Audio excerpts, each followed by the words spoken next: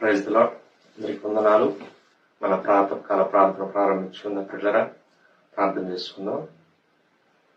పూజనీయుడా, పరిశుద్ధుడా, మహాగరుడా, మహోన్నతుడా, మారని మార్పు లేని దేవా, మీకు స్తోత్రాలు. మమ్మల్ని అత్యధికంగా ప్రేమించేటువంటి గొప్ప దేవా, మీకు స్తోత్రాలు చేయించుకుంటున్నాం. విశేషంగా మీ సన్నిధి మాకు తోడుగా ఉంచి దేవా, మా తండ్రి ప్రభా, మీ కృపలో మీ దయలో మమ్మల్ని మీరు జ్ఞాపకం చేసుకున్న విధానమంతటి కొరకు స్తోత్రాలు వందనాలు చేయించుకుంటున్నాం.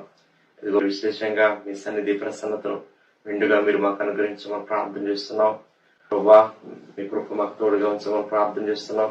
మా స్థుతుల మీద మీరు ఆశీర్వాదాలు ఉండమని ప్రార్థన చేస్తున్నాం. దేవా, మా యొక్క ఆత్మీయ జీవితంలో విశేషమైనటువంటి దేవా, మీ కృప ఎల్లవేళలా మీరు మాకు తోడుగా ఉంచమని ప్రార్థన చేస్తున్నాం. దేవా, అన్ని విషయాల్లో ప్రభా చాలని కృప మీరు మాకు అనుగ్రహించడానికి మీరు శక్తివంతులు. దేవా, మీ వైపు చూస్తూ ఉండగా సమస్త విషయాల్లో మీరు మాకు సహాయం చేయమని ప్రార్థన చేస్తున్నాం. ఇదిగో ప్రభా, మమ్మల్ని మేము తగ్గించుకొని దేవా, మరి తండ్రి మీ వైపు చూస్తూ ఉండగా మీ సన్నిధితో మీ ప్రసన్నతతో మమ్మల్ని అందరినీ నింపమని ప్రార్థన చేస్తున్నాం. మీ స్తోత్రాలు. ఆయన 91వ కీర్తన మీరు చదువుకునే సమయం అంతటిని మా కొరకు దీవించండి. విధానాలు మా పక్షంగా మీరు నెరవేర్చి గొప్ప కాపుదల, గొప్ప కంచె దేవా మీరు మాకు అనుగ్రహించి మీరు మాకు ఇచ్చినటువంటి క్షేమము, భద్రత, ఆరోగ్యము, దేవా ఆత్మీయత, ఆర్థిక సంబంధమైనటువంటి స్థితులు దేవా మరి తండ్రి సమస్తం కొరకు స్తోత్ర. విశ్వాసంతో మేము చదువుకుంటూ ఉండగా దేవా మీ వాక్కులు మీ వాగ్దానాలు మా పక్షంగా నెరవేర్చి మీ నామానికి మహిమ తెచ్చుకోమని ప్రార్థన చేస్తున్నాం. మీ స్తోత్రాలు కృప చూపించండి నాయన. మరొకసారి ప్రభా మీ వాక్యం ద్వారా మీరు మాతో మాట్లాడండి. ప్రార్థనలు ఏకీవించేటువంటి ప్రతి బిడ్డని దేవా మరి తండ్రి నాయన మీరే జ్ఞాపకం చేసుకుని బలపరచండి. సమస్త విషయాల్లో సహాయం చేయండి. దేవా ఈ ప్రార్థన సమయాన్ని మా కొరకు దీవించమని ఆశీర్వదించమని యేసయ్య నామములో స్తుతించి ప్రార్థన చేసి అడిగి వేడుకొంచున్నాం పరలోకపు తండ్రి. ఆమేన్. ఆమేన్. మహోన్నతుని చాటున నివసించువాడే సర్వశక్తి నీడను విశ్రమించువాడు. మహోన్నతుని చాటున నివసించువాడే సర్వశక్తి నీడను విశ్రమించువాడు. ఆయనే నాకు ఆశ్రయము, నా కోట, నేను నమ్ముకున్న నా దేవుడని నేను యెహోవాని గురించి చెప్పుచున్నాను. ఆయనే నాకు ఆశ్రయము, నా కోట, నేను నమ్ముకున్న నా దేవుడని నేను యెహోవాని గురించి చెప్పుచున్నాను. వేటకాని ఊరిలో నుండి ఆయన నిన్ను విడిపించును, నాశనకరమైన తెగులు రాకుండా నిన్ను రక్షించును. వేటకాని ఊరిలో నుండి ఆయన నిన్ను విడిపించును, నాశనకరమైన తెగులు రాకుండా నిన్ను రక్షించును. ఆయన తన రెక్కలతో నిన్ను కప్పును, ఆయన రెక్కల క్రింద నీకు ఆశ్రయం కలుగును. ఆయన సత్యము కేడమును డాలునై ఉన్నది. ఆయన తన రెక్కలతో నిన్ను కప్పును, ఆయన రెక్కల కింద నీకు ఆశ్రయం కలుగును. ఆయన సత్యము కేడమును డాలునై ఉన్నది. రాత్రి వేళ కలుగు భయమునకైనను, పగటి వేళ ఎగురు బాణమునకైనను, రాత్రి వేళ కలుగు భయమునకైనను, పగటి వేళ ఎగురు బాణమునకైనను, చీకటిలో సంచరించు తెగులనకైనను, మధ్యాహ్నం మందు పాడు చేయు రోగమునకైనను నీవు భయపడుకుందువు. చీకటిలో సంచరించి తెగులకైనను, మధ్యాహ్నం మందు పాడు చేయు రోగములకైనను నీవు భయపడుకుందు. నీ ప్రక్కన 1000 మంది పడినను, నీ కుడి పక్కన 10,000 మంది కూలినను అపాయం నీ ఎద్దకు రాదు. నీ ప్రక్కన 1000 మంది పడినను, నీ కుడి ప్రక్కన 10,000 మంది కూలినను అపాయం నీ ఎదుకు రాదు. నీవు కనులారా చూచుండగా భక్తిహీనులకు ప్రతిఫలం కలుగును. నీవు కనులారా చూచుండగా భక్తిహీనులకు ప్రతిఫలం కలుగును. యెహోవా నీవే నా ఆశ్రయము అని నీవు మహోన్నతుడైన దేవుని నివాస స్థలంగా చేసుకుని ఉన్నావు. యెహోవా నీవే నా ఆశ్రయము అని నీవు మహోన్నతుడైన దేవుని నీకు నివాస స్థలముగా చేసుకుని ఉన్నావు. నీకు అపాయం ఏమీ రాదు, ఏ తెగులును నీ గుడారము సమీపించదు. నీకు అపాయం ఏమీ రాదు, ఏ తెగులును నీ గుడారమును సమీపించదు. నీ మార్గములన్నిటిలో నిన్ను కాపాడుటకు ఆయన నిన్ను గూర్చి తన దూతలకు ఆజ్ఞాపించును. నీ మార్గములన్నిటిలో నిన్ను కాపాడుటకు ఆయన నిన్ను గూర్చి తన దూతలకు ఆజ్ఞాపించును. నీ పాదములకు రాయి తగలకుండా వారు నిన్ను తమ చేతుల మీద ఎత్తి పట్టుకుందరు. నీ పాదములకు రాయి తగలకుండా వారిని తమ చేతుల మీద ఎత్తి పట్టుకుందరు. నీవు సింహములను, నాగుపాములను త్రొక్కెదవు, కొదమ సింహములను, భుజంగములను అనగ త్రొక్కెదవు. నీవు సింహములను, నాగుపాములను త్రొక్కెదవు, పదమ సింహములను, భుజంగములను అనగద్రొక్కెదవు. అతడు నన్ను ప్రేమించున్నాడు గనుక నేను అతన్ని తప్పించదను, అతడు నా నామం ఎరిగిన వాడు కనుక నేను అతన్ని కనపరచదను. అతడు నన్ను ప్రేమించుచున్నాడు గనుక నేను అతన్ని తప్పించదను, అతడు నా నామం ఎరిగిన వాడు కనుక నేను అతన్ని కనపరచదను. అతడు నాకు మొరపెట్టగా నేను అతనికి ఉత్తరం ఇచ్చదను, శ్రమలో నేను అతనికి తోడై ఉండేదను, అతను విడిపించి అతన్ని గొప్ప చేసేదను. అతడు నాకు మొరపెట్టగా నేను అతనికి ఉత్తరం ఇచ్చేదను, శ్రమలో నేను అతనికి తోడై ఉండేదను, అతను విడిపించి అతని గొప్ప చేసేదను. దీర్ఘాయువు చేత అతన్ని తృప్తిపరచదను, నా రక్షణ అతనికి చూపించదను. దీర్ఘాయువు చేత అతన్ని తృప్తిపరచదను, నా రక్షణ అతనికి చూపించదను. ఆమేన్. దేవుని వాక్యం విన్న పిల్లరా, దైవజనరాలు బానాటి గారు వచ్చి మనకు దేవుని వాక్యం అందిస్తారు. Praise the lord. ఉదయకాల సమయంలో దేవుడు మనకు అనుగ్రహించిన, ప్రభు మనకు అనుగ్రహించిన కృపను బట్టి మనం ప్రభువులో ఎంతో ఆనందిస్తూ ముందుకు సాగి వెళ్ళవలసిన వారంగా ఉన్నాం. దాని కొరకు ద్వితీయోపదేశ కాండము 11వ అధ్యాయం 10, 11, 12 వచనాలు చదువుకుందాం. మీరు స్వాధీనపరచుకొనబో దేశము మీరు బయలుదేరి వచ్చిన ఐగుప్తు దేశం వంటిది కాదు. అక్కడ నీవు విత్తనములు విత్తి కూర తోటకు నీరు కట్టినట్లు నీ కాళ్లతో నీ చేలకు నీరు కట్టితివి. మీరు నది దాటి స్వాధీనపరచుకున్నటకు వెళుచున్న దేశము కొండలు లోయలు గల దేశము. అది ఆకాశ వర్ష జలము త్రాగును. అది నీ దేవుడైన యెహోవా లక్ష్యపెట్టు దేశము. నీ దేవుడైన యెహోవా కన్నులు సంవత్సరాది మొదలుకొని సంవత్సరాంతం వరకు ఎల్లప్పుడూ దాని మీద ఉండును. ప్రార్థన చేసుకుందాం. పరిశుద్ధుడా, ప్రేమగల దేవా, నమ్మకమైన మా తండ్రి, మీకు వందనాలు, స్తుతులు, స్తోత్రాలు నాయనా. ఈ వాక్య నియమాలను పాటిస్తూ నీ వాక్య ప్రమాణాలను కలిగి ఉండి మా ప్రభా నిన్ను కలిగిన వారంగా నీ మార్గాలు అనుసరించడానికి ఈ యొక్క ఉదయకాల సమయంలో ఈ ప్రాతకాల ప్రార్థనలో మీ వాక్యం ద్వారా మీరు మాకు బోధించమని ప్రార్థన చేసుకుంటున్నాం. మీ ఆత్మీయ సూత్రాలు, ఆత్మీయ సత్యాలు మాకు నేర్పిస్తూ రావాల్సిందిగా ప్రార్థన చేసుకుంటున్నాం. వాక్యాన్ని ధ్యానిస్తూ ఉండగా మీరు మాకు తోడుగా ఉండండి ప్రభా. మీరు మాతో మాట్లాడండి, మీరు మమ్మలను నడిపించండి మా ప్రభా. నీ దాసురాలిగా నీ పరిచర్య నిమిత్తము నన్నే నీకు అప్పగించుకుంటూ ఉండగా నన్ను మీరే మీ స్వాధీనంలోకి తీసుకుని మీ నోటి పొరగా వాడుకునమని, మీ చిత్తమును బయలుపరచమని, మహిమను పొందుమని యేసు నామములోనే ప్రార్థిస్తున్నాము తండ్రి, ఆమేన్.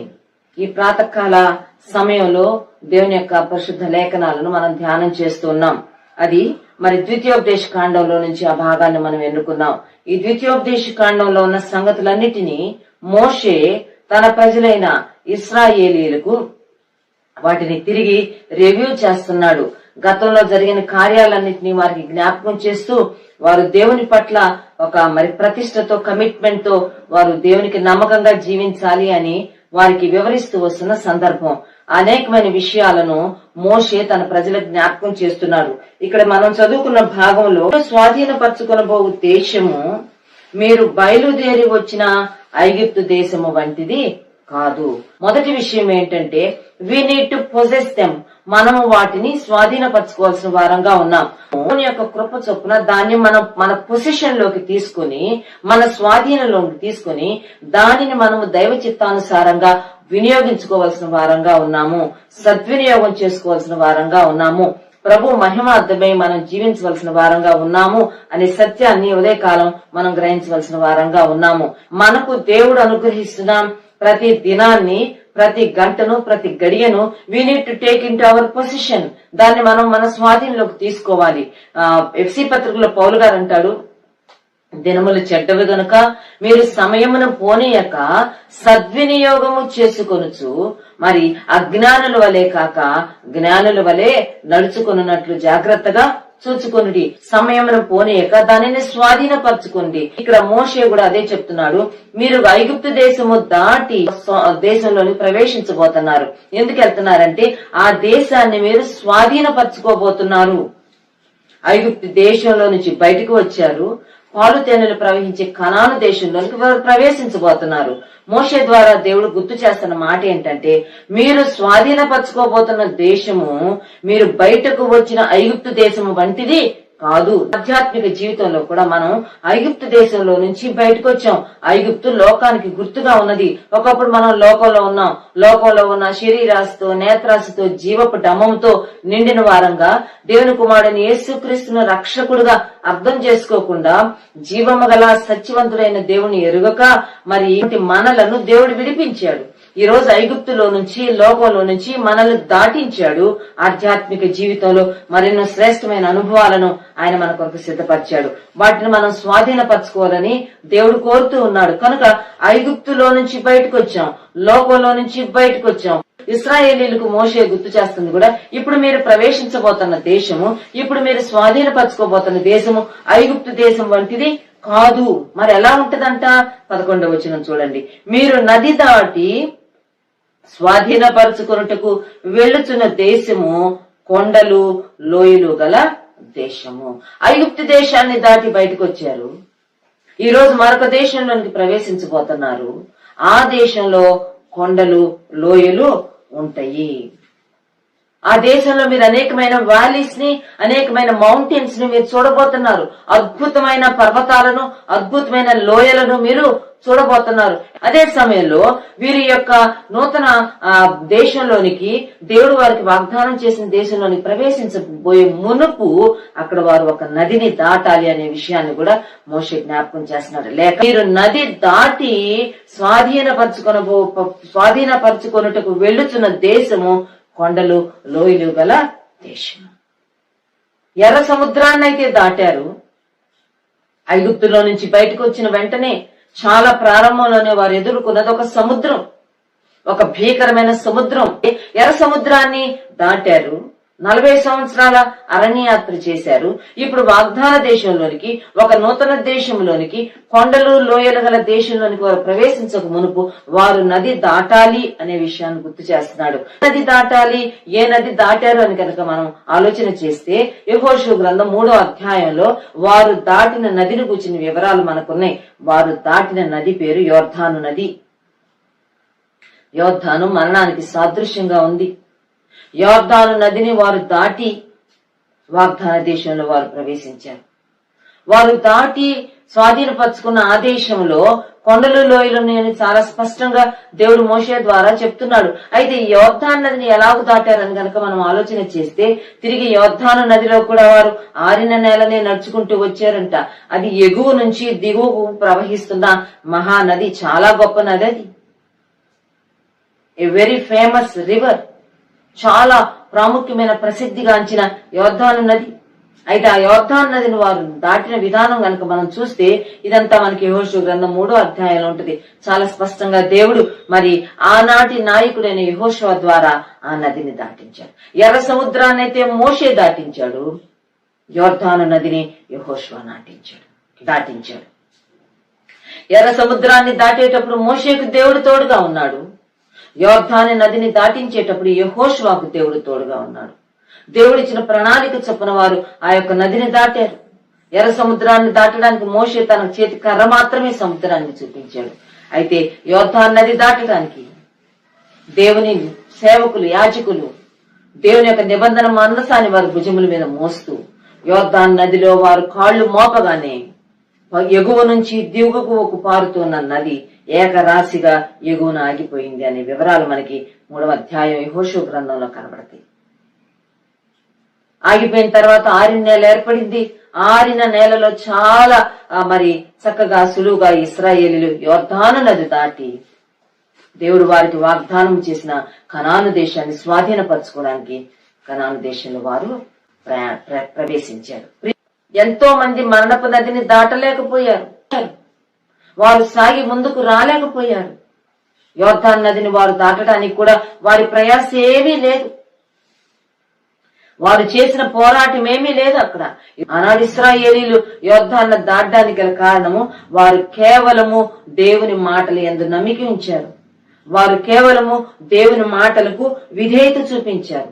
అంత మాత్రమే కాకుండా దేవుని సన్నిధి వారికి తోడుగా ఉండి వారు యోర్దాను దాటడానికి దోహదపడింది. మనం సద్వినియోగం చేసుకోవాలి. మన కొరకు ఏర్పాటు చేసిన, దాచి ఉంచిన, సిద్ధపరిచిన శ్రేష్టమైన అనుభవాలను నీవు నేను వాటిని స్వాధీనం చేసుకోవాలి, అనుభవించవలసిన వారంగా ఉన్నాం. అనుకుందాం, ఇశ్రాయేలీయులు ఎవరైనా ఆ యోర్దాను నదంటే మాకు చాలా భయం వేస్తుంది, మేము రాము అని చెప్పి ఒకవేళ యోర్దాను నది దాటకుండా అవతల ఉండిపోయింటే పాలు తేనెలు ప్రవహించే దేశం యొక్క స్వాస్థ్యము, ఆ యొక్క భాగ్యాన్ని వారు మిస్ అయి ఉండేవారు. ఇక్కడ రాయబడిన మాట ఏంటంటే 11వ వచనం, మీరు నది దాటి స్వాధీనపరచుకున్నట్టుకు వెళ్ళుచున్న దేశము కొండలు లోయలు గల దేశము. ఇది దేవుని ఉచితమైన ప్రేమ కాదా? మన ఆరోగ్యమా, మన శక్తి సామర్థ్యాల, మనం తీసుకున్న జాగ్రత్తల, మనకు కలిగిన స్థాగత, మన స్తోమత, మన స్థాయ, మన ఆర్థిక వనరుల ఆయన దాటించాడు. బాధ్యత కలిగిన విశ్వాసంగా, బాధ్యత కలిగిన ప్రభు బిడ్డలంగా దేవుడు మన కొరకు సిద్ధపరిచిన శ్రేష్టమైన అనుభవాలను మనం స్వాధీనంలోంచి అనుభవిస్తూ ముందుకు స్వానుభవంలోకి తీసుకుందాం, ఆస్వాదిస్తూ ముందుకు వెళ్దాం అంటున్నాడు. మీరు నది దాటి స్వాధీనపరుచుకున్న దేశం కొండలు లోయలు గల దేశం. ప్రియమైన వారులారా, ఈ ఉదయకాల సమయంలో పరిశుద్ధ గ్రంథంలో నుంచి దేవుని బిడ్డలు, దేవుని భక్తులు వారు స్వాధీనపరుచుకున్న పర్వతాలను గురించి, పర్వతానుభవాలను గురించి, వారు మా పాసే వెళ్లిన లోయలను గురించి క్లుప్తంగా నేను జ్ఞాపకం చేయాలనుకుంటున్నాను. చూడండి, యెషయా గ్రంథంలో ఒక చక్కని మాట ఉన్నది. యెషయా గ్రంథం 65వ అధ్యాయం 9వ వచనం. యాకోబు నుండి సంతానమును, యూదా నుండి నా పర్వతములను స్వాధీనపరచుకుని వారిని పుట్టించేదను. నేను ఏర్పరచుకొనిన వారు దానిని స్వతంత్రించుకొందురు. నా సేవకులు అక్కడ నివసించెదరు. ఎక్కడ నివసిస్తారు నా సేవకులు? పర్వతాల మీద నివసిస్తారు. శ్రేష్టమైన పర్వతానుభవాలను ఆస్వాదించబోతున్నారు. పర్వతాల మీద నా సేవకులు, నా బిడ్డలు నాకు తమను తాము ఎవరు కమిట్ చేసుకుంటారో, నన్ను ఎవరు తమ జీవితాలు యజమానిగా గుర్తిస్తారో వారు పర్వతాలను మీద నివసించబోతున్నారు. They are going to dwell on the mountains. పర్వతాల మీద వారు నివసించబోతున్నారు. నేను ఏర్పరచుకుని వారు దానిని స్వతంత్రించుకోబోతున్నారు. నా ఏర్పాటులో ఎవరున్నారో, నా ఏర్పాటులోనికి ఎవరు రాబోతున్నారో, నా ఏర్పాటులో ఎవరు నిలిచి ఉండడానికి ఇష్టపడబోతున్నారో వారు ఆ కొండల అనుభవాలను, పర్వత అనుభవాలను వారు స్వతంత్రించుకోబోతున్నారు. They are going to conquer those experiences. ఆ శ్రేష్టమైన అనుభవాలను వారు స్వాధీనం చేసుకోబోతున్నారు. యాకోబు నుండి సంతానమును, యూదా నుండి నా పర్వతములను స్వాధీనపరుచుకుని వారిని పుట్టించబోతున్నాను. శ్రేష్టమైన అనుభవాలు వాళ్ళ జీవితంలో నేను తీసుకురాబోతున్నాను. నా పర్వతాలను స్వాధీనపరుచుకుని వారిని నేను పుట్టించుకో. దేవుని పర్వతాలని కొన్ని ఉన్నాయి. దేవుని పర్వతము అని హోరేబు పర్వతానికి పేరు. దేవుని పర్వతం అనబడిన సీనాయి పర్వతం, సీనాయి, హోరేబు అవన్నీ ఒకే పేరు, ఒకే మౌంటైన్ పీక్స్. దేవుని పర్వతం అని రాయి. నా పర్వతముల మీద, నా పర్వతములను వారు స్వాధీనపరచుకుంటారు. ప్రియమైన వారులారా, ఈనాడు దేవుడు మన జీవితంలో శ్రేష్టమైన, ఉన్నతమైన పర్వతానుభవాలను మన కొరకు సిద్ధపరిచాడు. అందుకే భక్తుడైన దావీదు అంటాడు, తాను రాసిన కీర్తనలు అంటాడు, అయ్యా నా కాళ్ళను లేడి కాళ్ళ వలె చెయ్యి, నేను ఎక్కలేనంత ఎత్తైన స్థలాల్లోనికి నన్ను తీసుకుని వెళ్ళు, ఉన్నతమైన పర్వతాల మీద నా కాళ్ళను స్థిరపరచమని ప్రార్థన చేస్తాను. హబక్కూకు అంటాడు, ఆయన నా కాళ్ళను లేడి కాళ్ళ వలె చేశాడు, నాకు శ్రేష్టమైన సంతోషాన్ని, అనుభవాన్ని ఇచ్చాడు, ఎత్తైన స్థలాల మీద ఆయన నన్ను నిలవబెట్టాడు. శ్రేష్టమైన పర్వతానుభవాలను మనకి ఇవ్వడానికి, ఆయన పర్వతాలను స్వాధీనపరచుకోవడానికి ఆయన మనకు కృప ఇవ్వాలని ఇష్టపడుతున్నాడు. ఈ విషయాలు మనకి యెషయా గ్రంథం 41వ అధ్యాయం 15వ వచనంలో, అలాగే యెషయా గ్రంథం 57వ అధ్యాయం 13వ వచనంలో కూడా చూస్తాము. దేవుని బిడ్డలు దేవుని ఏర్పాటు పర్వతాలను స్వాధీనం చేసుకున్నారు. శ్రేష్టమైన పర్వతానుభవాలను వారు వారి స్వానుభవంలోకి తెచ్చుకుంటారు. నేను 3 పర్వతాలను ఈ సమయంలో నేను జ్ఞాపకం చేయాలనుకుంటున్నాను. మీరు నది దాటి స్వాధీనపరచుకునబోతున్న దేశము కొండలు, లోయలు గల దేశము. మొట్టమొదటిగా ఆదికాండం 22వ అధ్యాయంలో అబ్రహాము స్వాధీనపరచుకున్న పర్వతాన్ని గురించి జ్ఞాపకం చేసుకుందాం. ఆదికాండం 22వ అధ్యాయంలో దేవుడు మరి తనకు అనుగ్రహించిన వాగ్దాన కుమారుడైన, పుత్రుడైన మరి ఇస్సాకుతో తాను ఎంతో సంతోషిస్తూ ముందుకు సాగి వెళ్తున్న దినాలలో ఒకరోజు దేవుడు తనతో మాట్లాడాడు.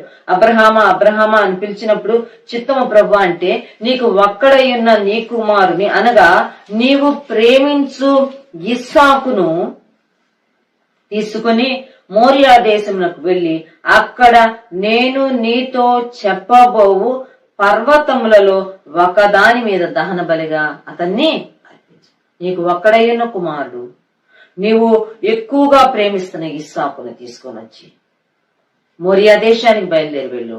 అక్కడ నేను చూపించబోతున్నాను ఒక పర్వతం. ఆ పర్వతం మీద నీ కుమారుడు నాకు దహన బలిగా అర్పించాను. ప్రియమైన వారులారా, ఇది మనకి చాలా పరిచితమైన వాక్య భాగమే. చాలా ఇంప్లిసిట్ ఒబీడియన్స్ అబ్రహాం చూపించాడు. దేవుని మాటకు లోబడ్డాడు. తన కుమారుని తీసుకున్నాడు, కట్టెలు తీసుకున్నాడు, అగ్ని తీసుకున్నాడు, కత్తి తీసుకున్నాడు, తనతో పనివారిని తీసుకున్నాడు, కుమారుని తీసుకున్నాడు. బయలుదేరి వెళ్తూ ఉన్నాడు మోరియా దేశానికి. మోరియా దేశానికి వెళ్లిన తర్వాత దేవుడు ఆ పర్వతాల్లో ఒక పర్వతాన్ని, మోరియా పర్వతాన్ని చూపించాడు. ఇదిగో అబ్రహాము, ఈ పర్వతం మీద నా కుమారులను దహన బలిగా అర్పించాడు. నిస్సందేహంగా ఏమాత్రము సంకోచించకుండా పనివారిని పర్వతం యొక్క కింద దిగువ భాగాన్ని నిలిపేసేసి తన కుమారుడు బయలుదేరి కొండెక్కి వెళ్తున్నాడు. దారిలో కొడుకు అడిగాడు, నానా కట్టెలున్నాయి, అగ్ని ఉంది, కత్తి ఉంది, అన్ని ఉన్నాయి. దహన బలికి గొర్రెపిల్ల ఎక్కడ? అబ్రహాం విశ్వాసంతో చెప్తున్నాడు, యెహోవా దేవుడే చూసుకున్న ఆయన, పోదాం పద. పైకెక్కారు, బలిపీఠం కట్టాడు. కుమారుని ఆ బలిపీఠం మీద పండబెట్టి తరాలతో ఇస్సాకున బలిపీఠాన్ని కట్టివేసి తన చేతిలో ఉన్న కత్తిని పైకెత్తి ఆ యొక్క మరి ఇస్సాకును బలి ఇవ్వడానికి ప్రయత్నం చేసినప్పుడు ఒక స్వరం వినబడుతుంది. చూడండి, ఆదికాండము 22వ అధ్యాయము 11వ వచనం. యెహోవా దూత పరలోకము నుండి అబ్రహామా అబ్రహామా అని అతన్ని పిలిచెను.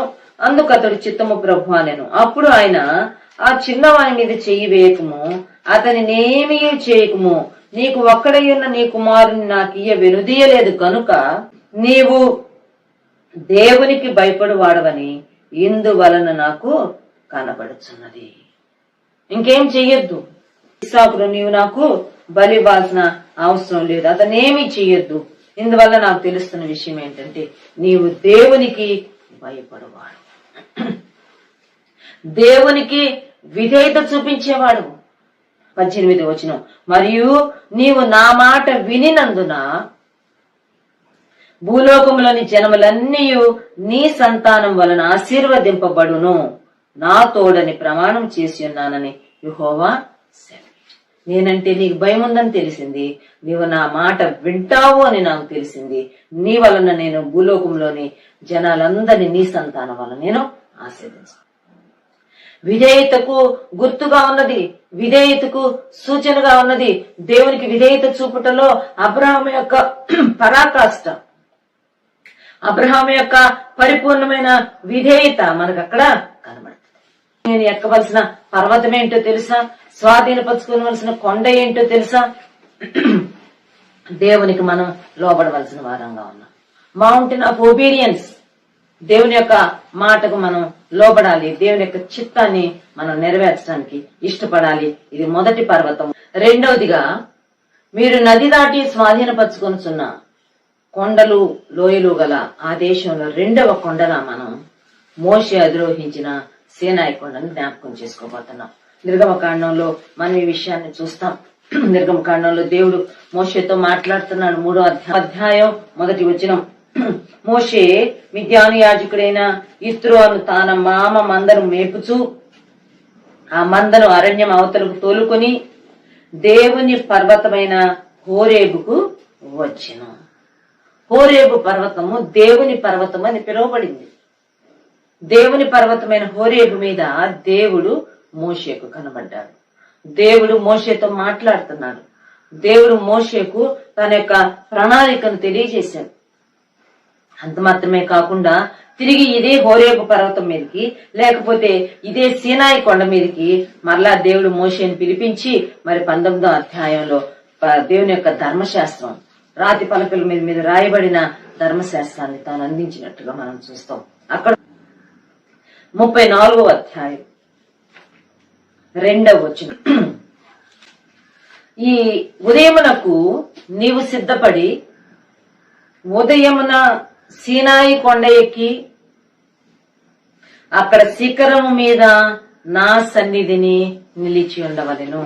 మోషే, నీవు కొండ ఎక్కి పైకి రా, సీనాయి కొండ మీదకి రా, అక్కడికి వచ్చి నీవు నా సన్నిధిలో నిలిచి ఉండవు. You need to stand in my presence. మోషే ఎక్కిన సీనాయి కొండకు మౌంటైన్ ఆఫ్ ఫెలోషిప్ అని పేరు పెట్టొచ్చు. అబ్రహాము ఎక్కిన కొండ మౌంటైన్ ఆఫ్ ఒబీడియన్స్. మోషే ఎక్కిన కొండ మౌంటైన్ ఆఫ్ ఫెలోషిప్, దేవునితో సహవాసం. 40 దినాలు దేవునితో సహవాసం. మరొక మారు, రెండో మారు వెళ్లి దేవునితో 40 దినాలు సహవాసం చేస్తున్నాడు. ఆ దేవుని సహవాసంలో దేవుని మహిమ మోషే ముఖం మీదకి ప్రతిబింబించినట్లుగా మనం చూస్తాం ఈ అధ్యాయం అంతా చదివితే. మోషే దిగి వస్తే మోషే యొక్క మహిమతో నిండిన ఆ ముఖాన్ని ఇశ్రాయేలు చూడలేకపోయారంట. అంత మహిమ మోషే ముఖం మీద ప్రతిబింబిస్తూ, మౌంటైన్ ఆఫ్ ఒబీడియన్స్ ని నీవు నేను ఎక్కాల్సిన వారం ఉన్నాం. దేవునికి విధేయత చూపించటంలో ఎంతో లోపం కలిగిన వారం ఉన్నాం, వెనుకబడి ఉన్నాం, తగ్గిపోయి ఉన్నాం. దేవునికి లోబడదాం. సీనాయి కొండ చూపిస్తున్న ఆ సహవాసం, దేవునితో మన సహవాసం, ఆ టైమ్ ఆఫ్ ఫెలోషిప్ మనం ఎక్కువ చేసుకోవాల్సిన వారం ఉన్నాం.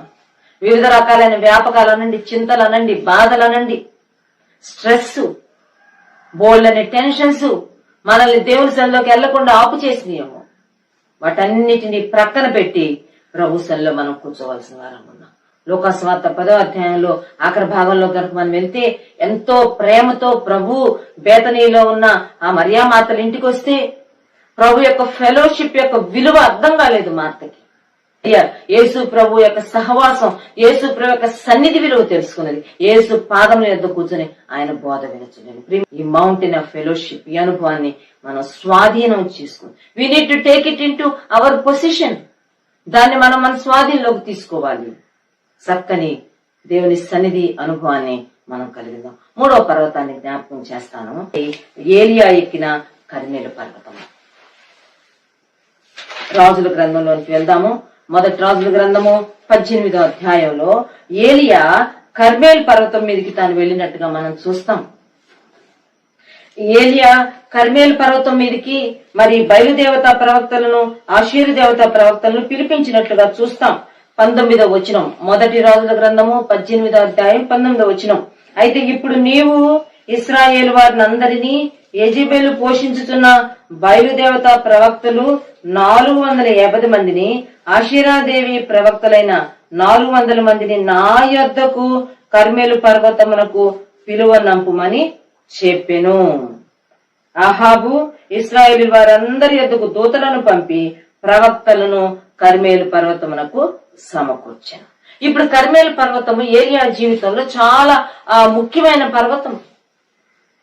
తనకు ఒక రకంగా ప్రతిష్టను తీసుకొచ్చింది, ఖ్యాతిని తీసుకొచ్చింది, గుర్తింపును తీసుకొచ్చింది ఇజ్రాయెల్ దేశంలో.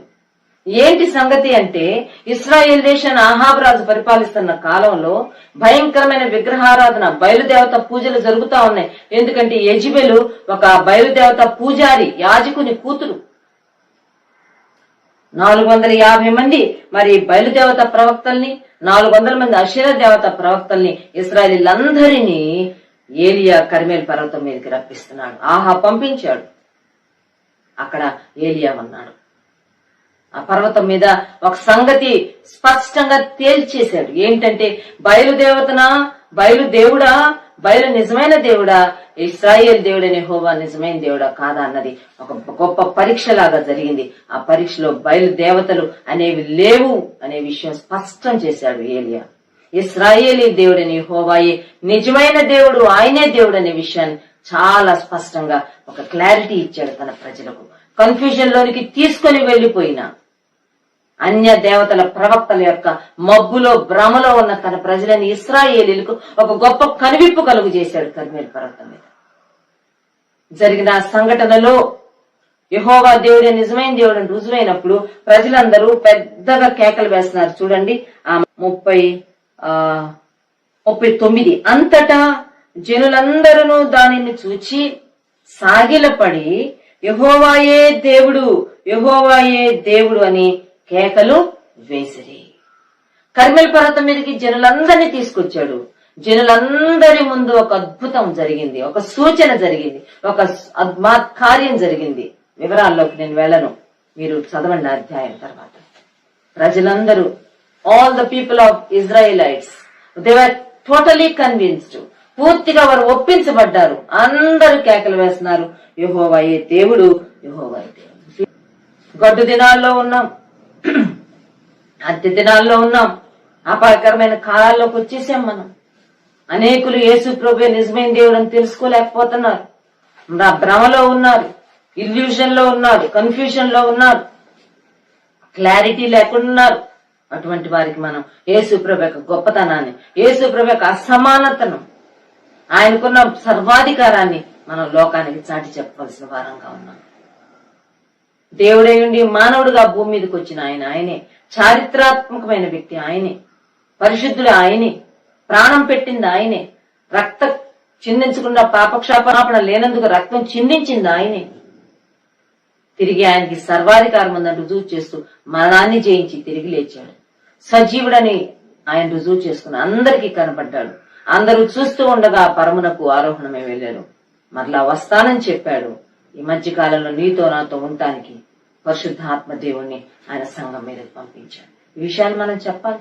కర్మేల పర్వత అనుభవాన్ని మనం సంపాదించుకోవాల్సిన వారం ఉన్నాం. మీరు నది దాటి స్వాధీనపరచుకొని పోతున్న దేశము కొండలు లోయలు గల దేశం. యాకోబు యొక్క సంతానం యూదా నుండి వస్తున్న వారు నా పర్వతాలను స్వాధీనం చేసుకుంటారు. ప్రియమైన వారులారా, మనం యాకోబులో నుంచి లేక మోసకరమైన జీవితంలో నుంచి విడిపించబడ్డాం. ఈనాడు యూదా గోత్రంలోకి లేకపోతే ఆత్మీయమైన యూదులంగా మనం యేసుక్రీస్తులో చేర్చబడ్డాం. మనం శ్రేష్టమైన అనుభవాలను సంపాదించుకోవాలి. ఇప్పుడు స్వాధీనపరచుకోవడానికి మీరు ప్రవేశించబోతున్న దేశం ఐగుప్తు దేశం లాంటిది కాదు. నది దాటి స్వాధీనపరచుకోబోతున్నారు. అందులో కొండలున్నాయి, అందులో లోయలున్నాయి. అంతేకాకుండా అది ఆకాశ వర్ష జలము త్రాగును. ఆకాశం నుంచి వర్షం, ఆకాశం నుంచి వర్షము దీవెనకు గుర్తుగా ఉన్నది, ఆశీర్వాదానికి గుర్తుగా ఉన్నది. ఆకాశ వర్ష జలము త్రాగుతుంది. He himself is going to bless you. దేవుడే నిన్ను ఆశీర్వదించబోతున్నాడు. దేవుని ఆశీర్వాదం అండి, ఇది దేవుని కృప అండి, అంతకు మించి ఇంకేమీ లేదండి అని నేను చెప్పబోతున్నాను. అటువంటి శ్రేష్టమైన అనుభవాలు గుండా దేవుడు నిన్ను తీసుకెళ్లిపోతున్నాడు. దేవుడు నిన్ను ఆశీర్వదించబోతున్నాడు. దేవుడు తన బిడ్డలను ఆశీర్దిస్తూ వచ్చాడు. అబ్రహామును దేవుడు ఆశీర్వదించాడంట. అబ్రహామును దేవుడు అన్ని విషయములలో ఆశీర్వదించాడని రాయబడింది. ఆదికాండము 24వ అధ్యాయం అంటూ వచ్చినాడు. ఆదికాండము 26వ అధ్యాయం 11వ వచనంలో ఇస్సాకును యెహోవా ఆశీర్వదించెను గనుక తాను వేసిన పంట నూరంతలుగా వచ్చింది. యాకోబు దేవుని ఆశీర్వాదం కోసం యెగోకు రేవు దగ్గర పెనుగులాడి దేవుని చేత దీవెన పొందాడు. God bless Jacob. దేవుడు యాకోబును ఆశీర్వదించాడు. వర్ష జలం త్రాగారు వాళ్ళు. అబ్రహాము దేవుని ఆశీర్వాదం అందుకున్నాడు, ఇస్సాకు దేవుని ఆశీర్వాదం అందుకున్నాడు, యాకోబు దేవుని ఆశీర్వాదం అందుకున్నాడు. యాకోబు కుమారుల్లో 12 కుమారుల్లో యోసేపును దేవుడు స్పష్టంగా ఆశీర్వదించాడు. దీవిస్తూ ఆదికాండం 49వ అధ్యాయంలో ఉంటది, మింటి దీవెనలు పైన నుంచి మీ మీదకి దీవెనలు రాబోతున్నాయి. మింటి దీవెనలు. ప్రభు మనల్ని దీవించాలి సుమా. అవును, దావీదు అంటాడు, యెహోవా నీవు దీవించిన ఎల్లా, నీవు ఆశీర్వదించిన వాళ్ళు ఎల్లవాడు ఎన్నటెన్నటికీ ఆశీర్వదించబడినవాడు. ఒకవేళ మనుషులు ఏమన్నా మనకు బ్లెస్సింగ్ గా ఉంటే ఆ బ్లెస్సింగ్ కొంతకాలం. దేవుడు మనల్ని బ్లెస్ చేస్తే అది ఎప్పటెప్పటికి ఉండిపోయే ఆశీర్వాదాన్ని ఎవరు తీసేయలేరు, ఎవరు దొంగిలించలేరు. మోషే గుర్తు చేస్తున్నాడు, అది ఆకాశ వర్ష జలమును రాకపోతాం. దేవుని ఆశీర్వాదం అవసరం మనకి. మనల్ని మనం తగ్గించుకుందాం, దేవుని సన్నిధిలో ప్రార్థన చేద్దాం. దేవా మమ్మల్ని ఆశీర్వదించయ్యా, నిశ్చయముగా నేను నిన్ను ఆశీర్వదిస్తాను, నిశ్చయముగా నేను విస్తరింపచేస్తానని చెప్పాడు. చెప్పిన దేవుడు, మాట ఇచ్చిన దేవుడు, తాను ఇచ్చిన మాట చొప్పున అబ్రహామును ఆశీర్వదించాడు. అదే కాలం ప్రభు మనతో మాట్లాడుతున్నాడు. ఆకాశ వర్ష జలము త్రాగబోతుంది ఆ దేశం. ఆకాశం నుంచి దేవుడు దీవించబోతున్నాడు, పైనున్న వాడు దీవించబోతున్నాడు. తన బలమైన బాహు, తన దక్షిణ హస్తం చాపి నిన్ను నన్ను ఆశీర్వదించబోతున్నాడు. దేవుడిచ్చే ఆశీర్వాదాన్ని మనం స్వాధీనం చేసుకుందాం, దాన్ని తీసుకుందాం, ఉందాం, సంతోషంగా ఉందాం. మన ప్రాణప్రియుడైన ప్రభు మనతో ఉండబోతున్నాడు. ఆయన మన చేయి పట్టుకుని మనం నడిపించబోతున్నాడు. తన సన్నిధి మనతో ఉంచబోతున్నాడు. ఆయన సన్నిధి కాంతిలో, ఆయన సన్నిధిలో ఆయన మన చేయి పట్టుకుని నడిపించబోతూ ఉంటుండగా ప్రతి అనుభవాన్ని, ప్రతి దినాన్ని, ప్రతి గంటను, ప్రతి గడిని స్వాధీనం చేసుకుంటూ, సద్వినియోగం చేసుకుంటూ ప్రభు కృపలో ముందుకు సాగి వెళ్దాం. ప్రభు ఈ మాటలను మనందరి కొరకు దీవించును గాక. ఆమేన్. ప్రార్థన చేసుకున్నాం. పరిశుద్ధుడా, ప్రేమగల దేవ, దయామయుడా, నీకు వందనాలు, స్తుతులు, స్తోత్రాలు నాయనా. అనేకులకు లేని కృపా భాగ్యం అనుగ్రహించాం. స్వాధీనపరచుకోవాల్సిన వారంగా ఉన్నామని ప్రతి దినాన్ని, ప్రతి గంటను, ప్రతి వారాన్ని, ప్రతి మాసాన్ని మేము సద్వినియోగం చేసుకోవాలని మీరు మాతో మాట్లాడుతున్నారు. కొండలున్నాయని, లోయలున్నాయని మాతో మాట్లాడారు. ఆకాశ వర్ష జలము, ఆకాశం నుంచి నీవు మమ్మల్ని నేరుగా దీవించబోతున్నామని మాతో మాట్లాడాము. మీకు స్తోత్రాలు. అంత మాత్రమే కాకుండా మీరు మమ్మల్ని లక్ష్య పెట్టే దేవుడుగా ఉన్నందుకు స్తోత్రాలు. మీ కను దృష్టి ఎల్లప్పుడూ మా మీద మీరు నిలుపుతానని, మీరు మమ్మల్ని ఆశీర్వదిస్తానని, నడిపిస్తానని మాట్లాడినందుకు మీకు స్తోత్రములు చెల్లించుకుంటున్నాం. ప్రియ ప్రభా, ఈ సమయాన్ని మా కొరకు దీవించారు, మాతో మాట్లాడారు. మీకు స్తోత్రాలు. వెళ్ళబోయే మార్గం అది మాకు తెలియని మార్గం, కానీ మీకు తెలిసిన మార్గం. మీరు మాకు ఉండబోతున్నారు, మాతో ఉండబోతున్నారు, మార్గదర్శకుడిగా మమ్మల్ని నడిపించబోతున్నారు. అందుకే మిమ్మల్ని స్తుతిస్తున్నాం, మీకు మమ్మల్ని అప్పగించుకుంటున్నాం. మమ్మల్ని వ్యక్తులుగా, కుటుంబాలుగా సంఘంగా మీ మార్గాల్లో నడిపించండి. మీ చిత్తాన్ని మేము నెరవేర్చడానికి మాకు సహాయం చేయండి. తుది వరకు, అంతము వరకు మీ ఏర్పాటులో మా ప్రభు, మా తండ్రి, మీ యొక్క ప్రణాళికలో మేము నిలిచి ఉండడానికి, స్థిరంగా నిలిచి ఉండడానికి, ముందుకు కొనసాగడానికి సహాయం చేయమని, కృప చేయమని యేసుక్రీస్తు నామంలోనే ప్రార్థించి స్తుతించి వేడుకుంటున్నాము తండ్రి. ఆమేన్. మన ప్రభువైన యేసుక్రీస్తు వారి కృప, దేవుని ప్రేమ, పరిశుద్ధాత్మని అన్యోన్య సహవాసం సదాకాలం సంఘమునకు తోడై ఉండును గాక. ఆమేన్.